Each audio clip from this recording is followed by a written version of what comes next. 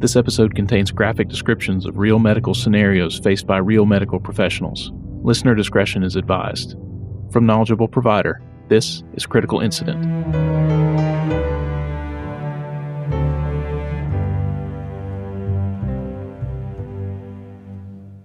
Hello, welcome back to Critical Incident from Knowledgeable Provider. I'm Jody Marks. The story I want to share today is a little different than the typical Critical Incident segments. I've normally been talking about things that happened a long time ago when I was a paramedic, because there's really not that much that's super critical or exciting that happens in family practice where I work these days. But this is a situation that's been on my mind for a while and unfortunately doesn't have a happy ending.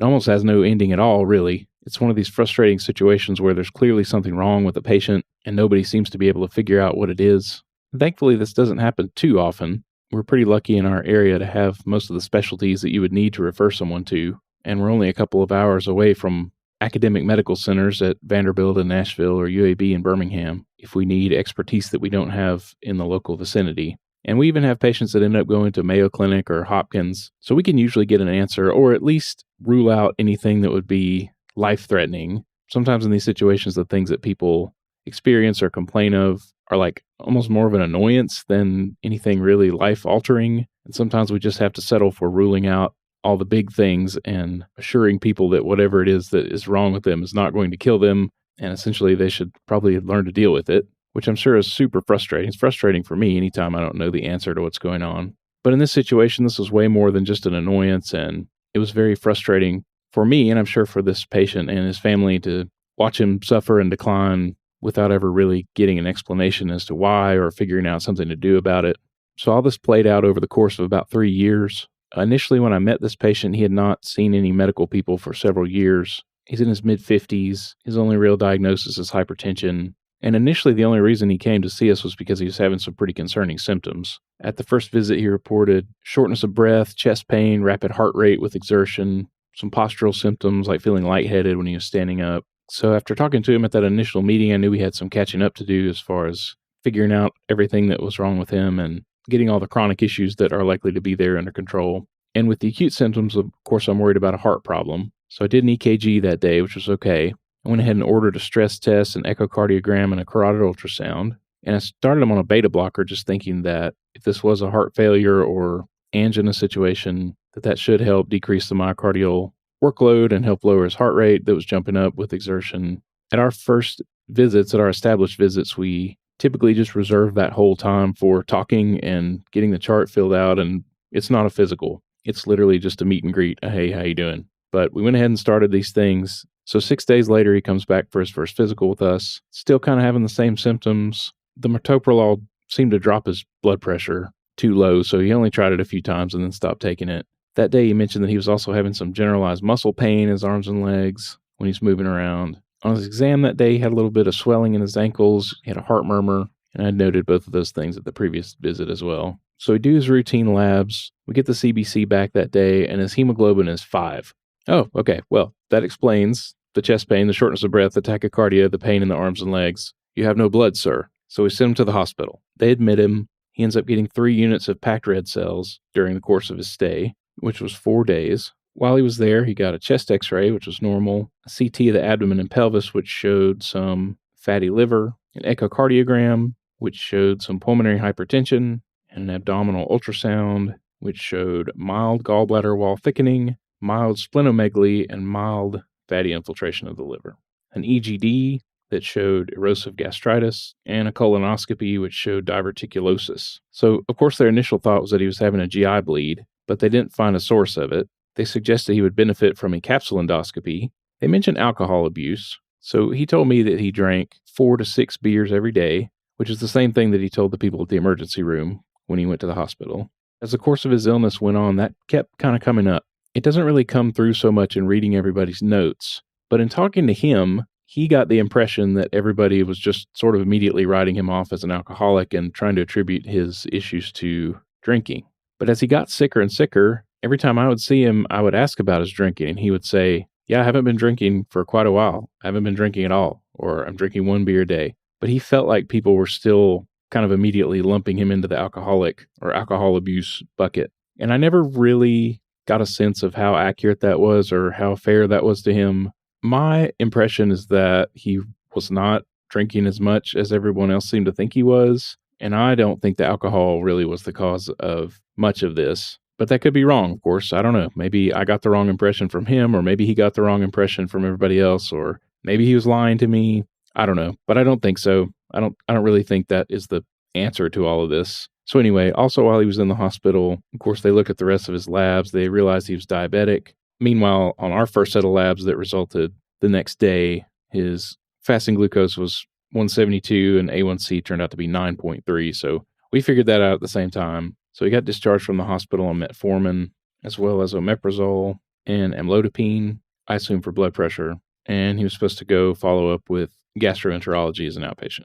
We see him back about 5 days later. He seems like he's feeling better. His hemoglobin's up to 9. We have him come back in a week later and repeat a CBC. Hemoglobin's up to 10, so it seems like we're heading in the right direction. A week after that, he comes back with swelling, redness, and pain of his right lower leg and then also the right ring finger. Purulent drainage from the finger. Noted that the dip joint of the finger was really red and swollen, and then there was edema, tightness of the entire lower leg and the foot, a lot of redness around the first MTP joint. So I'm going, okay, does he have an infection from something that happened to him while he was in the hospital? Is this gout? Is this a blood clot? I check a D-dimer, which comes back high, so we send him for a ultrasound, which turned out to be normal. He actually was scheduled for a stress test, I think on that day or maybe the next day, and he ended up not doing it because of the leg situation. Repeated a CBC that day just to see how he was doing there, and his hemoglobin's up to 11. This time he has a white count, 14. His MCV is up, which it has been the whole time. Now it's 102. And his platelets are high, 535.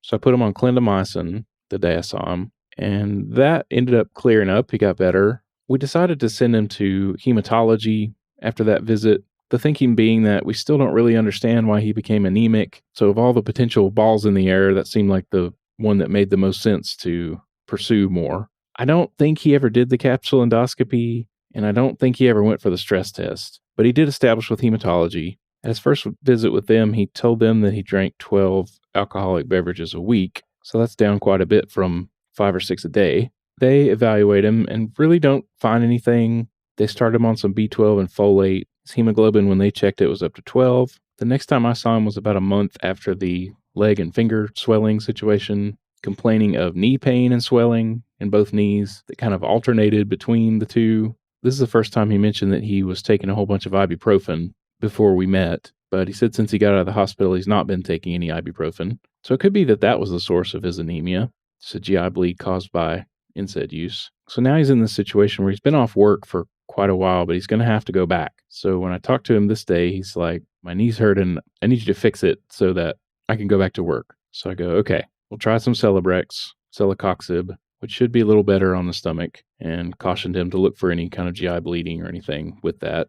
And also, of course, he's on the omeprazole now. So I didn't feel great about doing that, but I feel like I had to do something to help relieve his pain so he could go back to work. Saw him a month later. The finger was swelled up again, but not the leg. In the interim, he had gotten diagnosed with H. pylori and was taking some antibiotic for that. So I really didn't want to add another antibiotic. So I just gave him some topical ointment to use. I don't see him for a month. He comes back with more knee pain. He's back at work at this point, and being on his feet at work all day seems to be aggravating the knee pain. At that visit, he said something about a history of gout, which I had not recorded before, so I don't know where that came from. His uric acid comes back 6.9, so it could be gout. The high limit of normal on our lab for uric acid is 7.7, but they always say if it's above 6, it can cause a problem. And of course, during an acute flare, the serum level can be lower, so maybe it's gout. We also repeated an A1C that day, and that was down to 5.9, so he's making good progress there. He mentioned that he decided that he was afraid to take the Celebrex because of the whole situation with the anemia, which is certainly understandable. So we just gave him a steroid shot as well as a shot of ketorolac that day, see if we could fix the knee pain a little bit. 3 months goes by. The next time I see him, he didn't mention the knee pain. He was having a rash that had been going on for a couple of months, he said. So we gave him another steroid injection that day for the rash. This was a routine follow-up visit, so I added a celiac panel to his labs, thinking maybe that was the cause of the anemia. That came back normal. 6 months go by before I see him again. The joint pain's mostly better. The rash is better, although he's still using some topical steroid ointment that I had given him occasionally. He reported some diarrhea, but he hasn't noticed any bloody or black stool. He's continued to see hematology.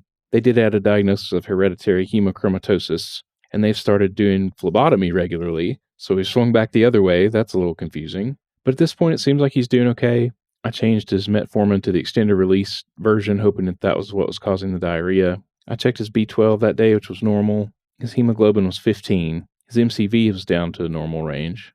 And his other labs really looked pretty okay. A1C was 6.9, so it seems like things are better at this point. Another 6 months go by. I see him for his next routine visit, and now he's complaining of this muscle weakness that's so profound that it's actually causing him to fall. He's also feeling some tingling in the upper and lower extremities, but also in the face and the tongue.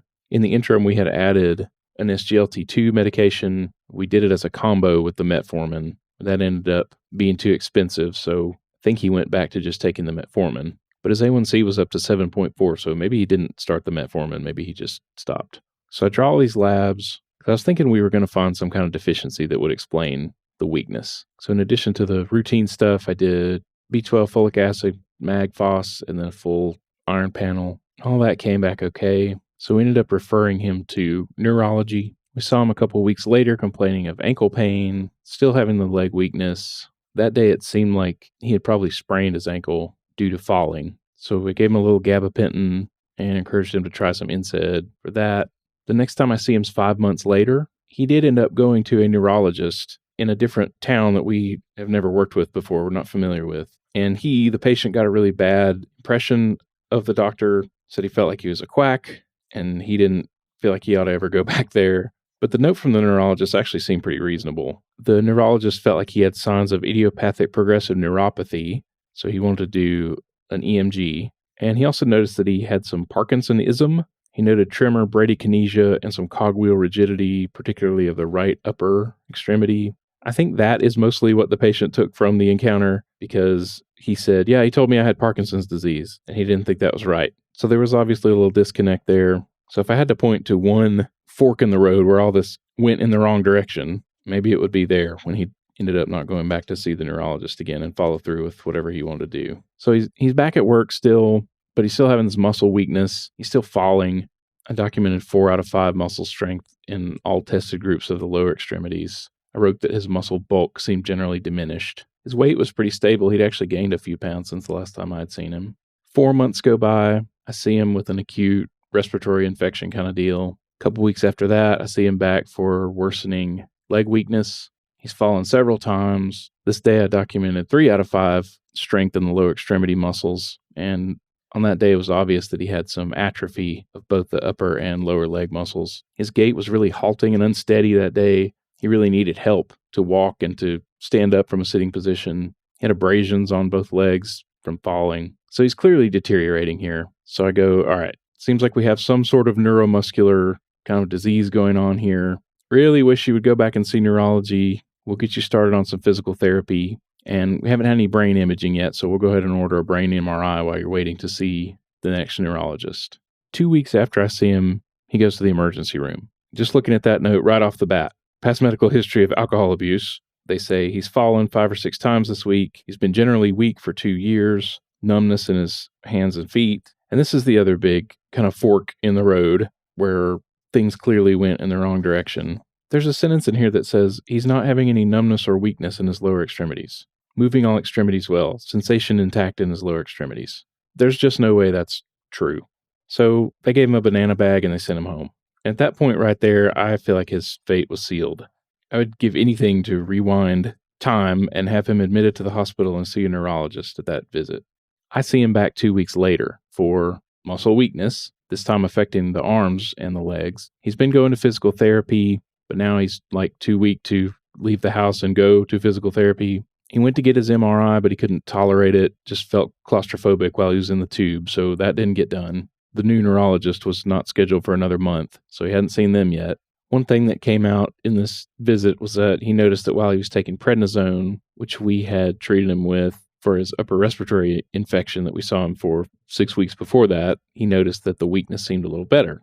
Aha, maybe this is an autoimmune disease. At some point between these 2 visits, he must have called the office asking us to try something, so I had actually written him some carbidopa levodopa to see if that would help anything. It did not. So now we're kind of back to square one, right? We have this profound muscle weakness. He's falling. He's clearly not doing well. Still another month before he can see the neurologist. So, okay, what do we do?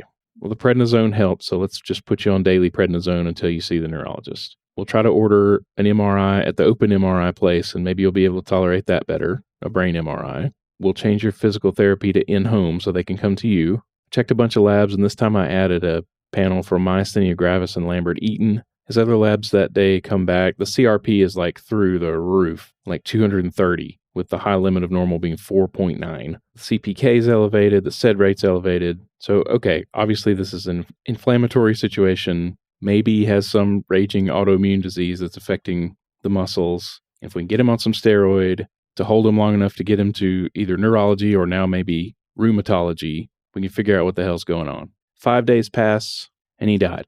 I don't know exactly what the story was. He had fallen at home, and I don't know if he called somebody or if somebody just found him down. I don't know what happened. EMS brought him into the ER in cardiac arrest, and he was pronounced dead in the ER, and that's it. That's the end of the story. We never got those labs for the myasthenia and Lambert-Eaton back. I don't know if those were canceled. I don't know what happened, but we never saw the result of those. So there it is. Super, super frustrating situation. He did not have an autopsy, so we're never really going to know what was wrong with him. Obviously, that's very disappointing in a professional sense, pretty devastating from a human, personal point of view. You know, you want to believe that you can help everybody and fix everybody. And I think if we had had enough time, we would have been able to get this figured out. But obviously, that's no help or consolation to him or his family. But yeah, I don't know. I'm stammering or I'm struggling for something else to say or some way to end the episode. But I feel really bad about it. I've been thinking about him a lot, and I'll always wonder what was going on with him. Looking back over everything that happened, it didn't happen. I wish that we had been able to get him in with another neurologist quicker. I wish he had gone back to the first neurologist and given him more of a chance, because I assume he was on the right track. I wish we had had time to get all of our labs back and send him maybe to a rheumatologist to be evaluated from an autoimmune perspective. Yeah, I wish. Wish in one hand and shit in the other and see which one fills up faster, right? I don't know. I'm just going to stop talking. Thanks for listening. Maybe I'll have a happier story to pass on next time.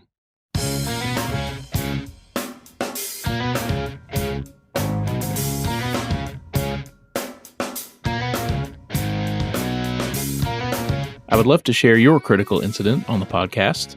If you have a story you want to tell, send it to me by email at thekppod@gmail.com. That's thekppod@gmail.com. You can send it in writing and I'll read the story. You can make a high-quality recording of yourself telling the story and I'll play that. Or I can interview you about it, either remotely or in person.